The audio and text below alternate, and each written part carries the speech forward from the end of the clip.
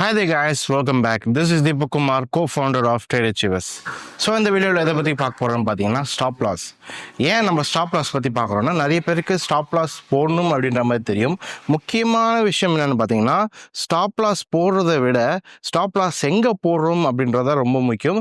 So இந்த வீடியோவில் எதை பற்றி பார்க்க போகிறோம்னா இன்ஸ்டியூஷன் எப்படி நம்ம ஸ்டாப் லாஸ்லாம் அடிச்சுட்டு நீங்கள் ஃபீல் பண்ணியிருப்பீங்கன்னு நினைக்கிறேன். என்னன்னா இன்ஸ்டியூஷன் எப்போதுமே நம்ம ஸ்டாப் லாஸ் அடிச்சுட்டு தான் என்ன பண்ணுவாங்க, டார்கெட் கொண்டு போவாங்க. இந்த மாதிரி விஷயங்கள்லாம் ஏன் நடக்குது, இதுலேருந்து நம்ம எப்படி தப்பிக்கலாம் அப்படின்னு டீட்டெயிலாக பார்க்கலாம். இப்போ சும்மா ஒரு எக்ஸசைஸ் மாதிரி வச்சுக்கலாம். அதான் ரெடியாக இருங்க, நான் ஒரு இது சொல்கிறேன், கமெண்ட் பண்ணுங்கள். இப்போ ஒரு ஸ்டாக் இருக்குன்னு வச்சுக்கோங்களேன், ஒரு 100 ரூபாயில் ஒரு ஸ்டாக் இருக்குது. உங்களுக்கு எல்லாருக்கும் என்ன தெரியுதுன்னா இது பையின்னு தெரியுது, நீங்கள் பையும் பண்ணியாச்சு.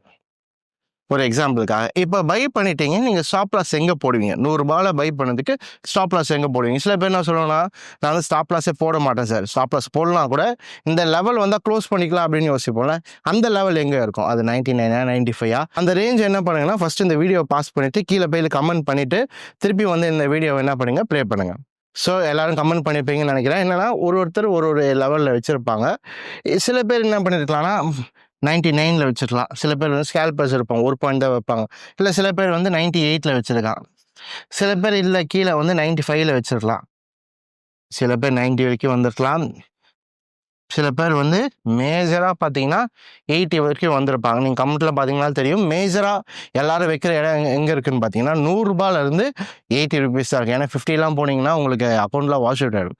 முக்கால்வாசி எல்லோரும் வைக்கிறது 100 ரூபாயிலேருந்து 80 ரூபா. இப்போ இந்த கமெண்ட்டில் பார்த்தா நம்மளுக்கே தெரியுது என்னென்னா, எல்லாரும் எங்கே வைக்கிறாங்க, மோஸ்ட் ஆஃப் தி பீப்புள் 100 ரூபாயிலேருந்து 80 ரூபா தான் வைக்கிறாங்க. நம்மளுக்கே தெரியுதுன்னா இது இன்ஸ்டியூஷனுக்கு தெரியாதா? இப்போ நார்மலாக கமெண்ட் பார்த்து நம்மளால புரிஞ்சுக்கணும்னா, இன்ஸ்டியூஷன் வந்து இத்தனை வருஷமாக மார்க்கெட்டில் இருக்கிறனால அவங்களுக்கும் தெரியும்.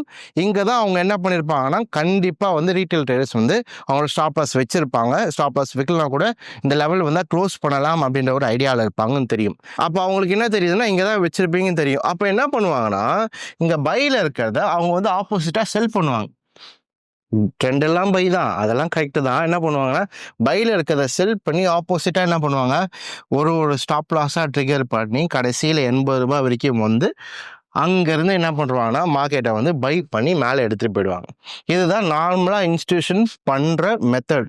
ஸ்டாப் லாஸ் சீக்ரெட்ஸ்ன்னு சொல்கிறாங்க. இதான் என்ன பண்ணுவாங்கன்னா, பை தான் உண்மையான ட்ரெண்ட், என்னவோ பை தான், எல்லாமே கரெக்டு தான். ஆனால் என்ன ஆப்போசிட்டாக என்ன பண்ணுவாங்க, செல் பண்ணி மார்க்கெட்டை கொஞ்சம் கீழே இழுத்துட்டு அதுக்கப்புறமா என்ன பண்ணுவாங்க, நம்ம ஸ்டாப் லாஸ்லாம் அடிச்சிட்ட பிறகு தான் மார்க்கெட்டை வந்து மேலே போவாங்க. இதை ஏன் இன்ஸ்டியூஷன் பண்ணுறாங்க அப்படின்றத நம்ம மெயினாக புரிஞ்சுக்கணும். இப்போ இன்ஸ்டியூஷனுக்கு பார்த்தீங்கன்னா நிறைய லாட்ஸ் தேவைப்படும். அதுக்காக என்ன பண்ணுவாங்க, இப்போ சும்மா ஒரு எக்ஸாம்பிள் சொல்கிறேன். இப்போ நம்ம எல்லாரும் ரீட்டைல் ட்ரேடர்ஸ் எல்லாரும் எங்கே இருக்காங்க, பை சைடு இருக்காங்க. இப்போ இன்ஸ்டியூஷன் தான் பை சைடில் இருக்கணும், ஆனால் எல்லாரும் எங்கே இருக்காங்க, பை சைடில் இருக்காங்க. அப்போ எல்லாரும் என்ன பண்ணணும்னா செல் பண்ண வைக்கணும். என்ன பண்ணலாம், செல் பண்ணுறதுக்கு என்ன பண்ணலாம் அப்படின்னு கேட்டிங்கன்னா, இந்த சினாரியோ எடுத்துப்போம். இந்த சினாரியோவில் பார்த்தீங்கன்னா மார்க்கெட் வந்து 100 ரூபாயில் இருக்குது, 99 வருது. நீங்கள் 90 ருபீஸில் ஸ்டாப் லாஸ் வச்சுருக்கீங்கன்னு வச்சுக்கோங்களேன். 99 வருது. நீங்கள் வந்து செல் பண்ணிடுவீங்களா? கிடையாது. ஏன்னா உங்கள் ஸ்டாப் லாஸ் எங்கே இருக்குது, 90 கிட்டே இருக்குது. செல் பண்ணுவீங்களா? கிடையாது. 95 கிட்டே வருது. செல் பண்ணுவீங்களா? கிடையாது. நம்ம என்ன பண்ணுவோம், வெயிட் பண்ணுவோம். இந்த இடத்துல சில பேர் என்ன பண்ணுவாங்க, எஜிங் பண்ணுவாங்க. ஏன்னா கீழே வந்திருக்கே, இந்த இடத்துல என்ன பண்ணலாம், ஒரு பை போடலாம் அப்படின்ற மாதிரி எஜிங் பண்ணுவாங்க. கடைசியில் மார்க்கெட் வந்து 90 வந்து ஸ்டாப் லாஸ் ஹிட் ஆனவுடனே நம்மளுக்கு கண்டிப்பாக ஒரு மேஜர் லாஸ் வந்திருக்கும். நீங்கள் எஜிங் பண்ணிங்கனாலும் சரி, எஜிங் பண்ணனாலும் சரி, நம்மளுக்கு என்ன ஆகுது, லாஸ் வருது. அதை காட்டிலும் நம்ம என்ன யோசிக்கிறோம்னா, மார்க்கெட் இவ்வளோ தூரம் வந்திருக்கு, அப்போ ட்ரெண்டு மாறிடுச்சு, அப்போ என்ன பண்ணு, மேலே பை பண்ணவங்க எல்லாரும் என்ன பண்ணிடுறாங்க, செல் சைடு போயிடுறாங்க. இதுதான் நார்மலாக மார்க்கெட்டில் நடக்கிறது. சரி, இந்த இடத்துல செல் சைடு போனால் கூட சில பேர் என்ன பண்ணுவாங்கன்னா 90ல் ஸ்டாப் லாஸ் வச்சுருப்பாங்க, ஆனால் 90 வந்திருக்கும், ஆனால் அதை க்ளோஸ் பண்ணுவாங்களாம் கிடையாது. ஸ்டாப் லாஸ் இங்கே வச்சது கொஞ்சம் இறக்கலாமே, 90ல் வேணாம், ஒரு 88ல் வச்சுக்கலாமே அப்படின்னு நம்ம சொல்லுவாங்க. அது வந்து அப்படியே 89 கிட்ட வந்துடும். ஐயோ 88 வேணாம், 85 வச்சுக்கலாமே, ஐயோ 85 வேணாம், 80ல் வச்சுக்கலாமே. கடைசியில் அப்படியே கொஞ்சம் கொஞ்சமாக மாற்றி கடைசியில் 80ல் வந்து என்ன ஆகுது, ஸ்டாப் லாஸ் ஹிட் ஆகுது. இப்போ உங்கள் மென்டாலிட்டி எப்படி இருக்குன்னா, இவ்வளோ தூரம் மார்க்கெட் கீழே வந்திருக்கு, அப்போ ட்ரெண்டு மாறிடுச்சு. கண்டிப்பாக இது என்ன ட்ரெண்டு, செல் ட்ரெண்டு தான். அப்போது நல்லா புரிஞ்சுக்கோங்க, மேலே பை சைடில் இருந்தவங்க, கரெக்டான ட்ரெண்டில் இருந்தவங்க என்ன பண்ணுறாங்கன்னா செல் பண்ணுறாங்க. இப்போது இந்த இடத்துல ரீட்டைல் ட்ரேடர்ஸ்னு போட்டுக்கலாம், இந்த இடத்துல இன்ஸ்டியூஷன் ட்ரேடர்ஸ்னு போட்டுக்கலாம். ஃபஸ்ட்டு ரீட்டைல் ட்ரேடர்ஸ் என்ன பண்ணாங்க, பை சைடில் இருந்தாங்க.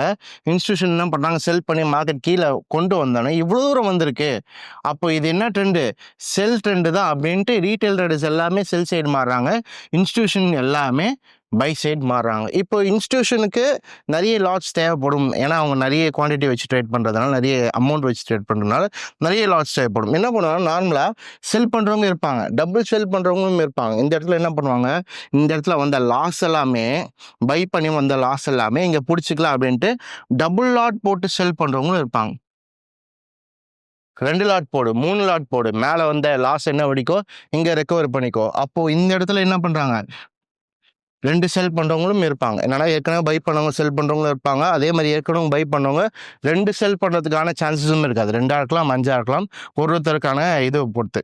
அது மட்டும் இல்லாமல் இன்னொருத்தர் யார் வருவாங்கன்னா, இப்போ அவங்க மார்க்கெட் வந்து என்ட்ரி எடுத்துருக்க மாட்டாங்க. இந்த இடத்துல எல்லாமே வாட்ச் பண்ணிகிட்டே இருப்பாங்க. அவங்க என்ன பண்ணுறாங்கன்னா, மார்க்கெட் பார்த்துக்கிட்டே இருக்கும்போது மார்க்கெட் இவ்வளோ தூரம் வருது, அவங்க பைலாம் பண்ணல, வாட்ச் தான் பண்ணுறாங்க. மார்க்கெட் இவ்வளோ தூரம் வந்ததுனால அவங்களும் என்ன யோசிப்பாங்க, செல் ட்ரெண்ட் தான், அப்போ என்ன பண்ணு, செல் பண்ண. அப்போ நியூ செல்லர்ஸும் அந்த மார்க்கெட்டில் அந்த இடத்துல என்ன பண்ணுறாங்க, வராங்க. அப்போ யோசிச்சு பாருங்க, ஒரு ஸ்டாப் லாஸ் அடிக்கிறதுனால ஒரு நியூ செல்லர் வராங்க, ஏற்கனவே பை பண்ணவங்க செல் பண்ணுறாங்க, அதே மாதிரி ஏற்கனவே பை பண்ணவங்க 2 லாட் செல் பண்ணுறதுக்கான சான்சஸும் இருக்குது. இது எல்லாமே அவங்க ஃபுல்ஃபில் பண்ணோடனே இந்த இடத்துல பை பண்ணி அவங்க மார்க்கெட் என்ன பண்ணுவாங்கன்னா மொத்தமாக மேலே தூக்கிட்டு போயிடுவாங்க. இதனால தான் நம்ம யோசிப்போம், கரெக்டாக என் ஸ்டாப் லாஸ் அடிச்சுட்டு தான் மேலே போடுமானா, கண்டிப்பாக நம்ம ஸ்டாப் லாஸ் எங்கே போடுறோம்னா இன்ஸ்டிடியூஷனுக்கு தெரிஞ்ச லெவலில் போடுறோம். ஸோ புரிஞ்சுக்கணும்னு நினைக்கிறேன். என்னன்னா இன்ஸ்டிடியூஷன் இப்படி தான் ஸ்டாப் லாஸ் அடிக்கிறாங்க, சரி இப்போ நம்ம ஸ்டாப் லாஸ் எங்கே போடுறது அப்படின்னு கேட்டிங்கன்னா, நிறைய பேர் என்ன பண்ணுவாங்கன்னா ஸ்டாப் லாஸ் அவங்களுக்கு பிடிச்ச இடத்துல போடுவாங்க. அப்படி போடக்கூடாது. நிறைய பேர் என்ன பண்ணுவாங்கன்னா, இன்னைக்கு 1000 ரூபாய் லாஸ் பண்ணால் என் மனசு தாங்கும், அதுக்கு மேலே லாஸ் ஆச்சுன்னா தாங்க முடியாது அப்படின்னு வைப்பாங்க. சில பேர் வந்து பாயிண்ட்ஸ் வச்சு வைப்பாங்க. அந்த மாதிரி வைக்கக்கூடாது, மார்க்கெட்டுக்கு ஏற்ற மாதிரி தான் வைக்கணும். சரி, இந்த எக்ஸாம்பிள் நம்ம பார்க்கும்போது இப்போ மார்க்கெட்டில் 100 ரூபாய் இருக்குன்னு வச்சுக்கோங்க. நம்மளுக்கு என்ன தெரியுதுன்னா, ரீட்டைல் ட்ரேடர்ஸ் எல்லாரும் எவ்வளோ தூரம் வைக்கிறாங்க, 80 வரைக்கும் ஸ்டாப் லாஸ் வைக்கிறாங்க. அப்போ இன்ஸ்டிடியூஷன் எவ்வளோ தூரம் வரைக்கும் வரதுக்கான சான்சஸ் இருக்குது, 80 வரைக்கும் வரதுக்கான சான்சஸ் இருக்குன்னா, நீங்கள் இந்த இடத்துல எங்கேயுமே என்ன பண்ணாதீங்க, பை பண்ண வேண்டாம். அப்போ உங்கள் என்ட்ரியை எங்கே போட்டுக்கோங்கன்னா ஸ்டாப் லாஸில் எடுத்துகிட்டு போய் போட்டுக்கோங்க. உங்கள் என்ட்ரி எங்கே எடுத்துகிட்டு போய் போடுறீங்க, நீங்கள் ஸ்டாப் லாஸில் தான் உங்கள் என்ட்ரியை போடுறீங்க. அப்போ என்ன ஆனால் சேஃபாக இருக்கும், இதுக்கு மேலே வரதுக்கான சான்சஸ் இல்லைன்றதுனால. அப்போ இங்கேருந்து பை பண்ணிங்கன்னா இது ஃபுல்லாமே உங்களுக்கு என்ன இருக்கும்னா நல்ல ஒரு ரிவார்டாக தான் இருக்கும். அதனால் இனிமேல் நீங்கள் ட்ரேட் பண்ணுறீங்கன்னா என்ட்ரி எங்கே போடுங்க, ஸ்டாப் லாஸில் தான் போடணும். சில பேர் என்ன சொல்லுவாங்கன்னா, ஸ்டாப் லாஸில் போடணுமா, அப்போ நான் 2-3 ட்ரேட் மிஸ் பண்ணுறதுக்கான சான்சஸ் இருக்குது. ஏன்னா இங்கே மார்க்கெட் 100 ரூபாயிலேருந்து 90 ரூபாய் வந்துட்டு கூட ஸ்டாப் லாஸ் அடிச்சு கூட மேலே போகிறதுக்கான சான்சஸ் இருக்குது. அப்போ 2-3 ட்ரேட் மிஸ் பண்ணுவோமே அப்படின்ற மாதிரி சொல்வீங்க. நல்லா புரிஞ்சுக்க வேண்டிய விஷயம் என்னென்னா, நம்ம இதை வந்து சைட் பிஸ்னஸாக பண்ண வந்திருக்கோம் தவிர ட்ரேடிங் பண்ணுறதுக்கு வரல. நீங்கள் வந்து ட்ரேடிங் பண்ணோன்னா அந்த 2 ட்ரேடு எடுக்கணும் அப்படின்னு நம்ம யோசிப்போம். சைட் பிஸ்னஸாக நம்ம பண்ணும்போது ஒரு ட்ரேடு வந்தாலும் ஓகே, நல்ல ட்ரேடாக வருதுன்னா நீங்கள் 80 ரூபாய் வரைக்கும் தாராளமாக வெயிட் பண்ணலாம். நிறைய பேர் என்ன மாறிட்டாங்கன்னா, இந்த பிஸ்னஸாக பண்ணுறதை விட்டுட்டு நான் ட்ரேட் பண்ணணும், ட்ரேட் பண்ணுறவங்க தான் என்ன யோசிப்பாங்கன்னா, நீங்கள் சொல்கிறது கரெக்டு தான், நான் எல்லா ட்ரேடும் எடுக்கணும் அப்படின்னு ட்ரேட் பண்ணுறவங்க யோசிப்பாங்க. நம்ம ட்ரேடிங் பண்ணுறதுக்கு வரல, இதை சைட் பிஸ்னஸாக பண்ணுறதுக்கு வந்திருக்கிறதுனால நீங்கள் தாராளமாக என்ன பண்ணலாம், 80 ரூபாய் வரைக்கும் தாராளமாக வெயிட் பண்ணலாம். அது வந்துட்ட பிறகு ஒரு ட்ரேட் வந்தாலும் நம்மளுக்கு என்ன ட்ரேட் கிடைக்கும்னா நல்ல ட்ரேடாக கிடைக்கும். அதே மாதிரி பார்த்தீங்கன்னா இந்த இடத்துல ஒரு நல்ல ட்ரேடாக கிடைக்குது. அது மட்டும் இல்லாமல் இந்த 20 பாயிண்ட் சேர்த்து பிடிக்கிறோம் நம்ம. அப்போ ரிஸ்க் டு ரிவார்டு என்ன ஆகுதுன்னா உங்களுக்கு இன்க்ரீஸ் ஆகுது. இந்த மாதிரி தான் நீங்கள் என்ன பண்ணணும், ட்ரேட் பண்ணணும். அடுத்த வாட்டி ட்ரேட் பண்ணும்போது என்ன பண்ணிக்கோங்க, உங்கள் என்ட்ரி எடுத்துகிட்டு போய் எங்கே வச்சுக்கோங்க, ஸ்டாப் லாஸில் வச்சுக்கோங்க. அப்போ தான் நம்ம என்ன பண்ணுவோம், சேஃபாக இருப்போம். இன்னொரு விஷயம் இருக்குது, இப்போ சும்மா எக்ஸாம்பிள் எடுத்துக்கோங்க, அப் ட்ரெண்ட் இருக்குன்னு வச்சுக்கோங்களேன். அதில் நீங்கள் என்ன பண்ணுறீங்க, செல் பண்ணிவிட்டு மேலே எவ்வளோ தூரம் ஸ்டாப் லாஸ் வச்சாலும் அடிக்க தான் செய்யும்.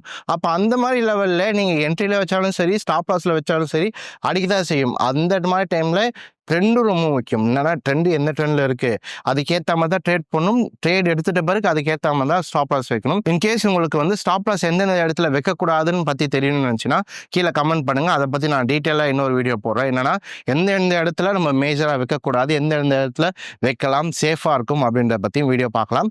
எனக்கு பிடிச்சிருக்கும்னு நினைக்கிறேன். இன்ஸ்டிடியூஷன் வந்து இப்படி தான் நம்மளை மேனிபுலேட் பண்ணுறாங்க. என்னென்னா நம்ம எல்லாரும் செல் பண்ண வச்சு, அது மட்டும் இல்லாமல் புது செல்லர்ஸை உள்ளே கொண்டு வர வச்சு அவங்க என்ன பண்ணுவாங்கன்னா அந்த இடத்துல பை பண்ணிட்டு மொத்தமாக மேலே போயிடுவாங்க. நம்ம என்ன யோசிச்சுட்டு போனால், யாரோ ஒருத்தர் என்ன பார்த்துட்டு இருக்காங்க. நல்லா புரிஞ்சுக்கணும், யாரும் பார்க்கணுன்னு அவசியம் கிடையாது. நம்ம எல்லாருமே ஒரே பேட்டர்னில் தான் ட்ரேட் பண்ணிட்டு இருக்கோம். அதனால தான் அவங்களுக்கு ஈஸியாக இருக்குது. அதனால் அடுத்த வாட்டி நீங்கள் ட்ரேட் பண்ணும்போது இந்த விஷயங்கள்லாம் இது பண்ணிக்கோங்க. இது மட்டும் இல்லாமல் வேறு என்னாச்சும் தெரியணும்னு நினச்சிங்கன்னா கூட, வேறு என்ன சப்ஜெக்ட் பற்றி தெரியணும்னு நினச்சிங்கன்னா கூட கீழே கமெண்ட் பண்ணுங்கள். அதை பற்றி நான் பேசுகிறேன். ஸோ இந்த வீடியோ பிடிச்சிருக்குன்னு நினைக்கிறேன். அதே மாதிரி யூஸ்ஃபுல்லாக இருந்திருக்குன்னு நினைக்கிறேன். இதே மாதிரி அடுத்த வீடியோ சந்திக்கிறேன். Until then, take care. Bye.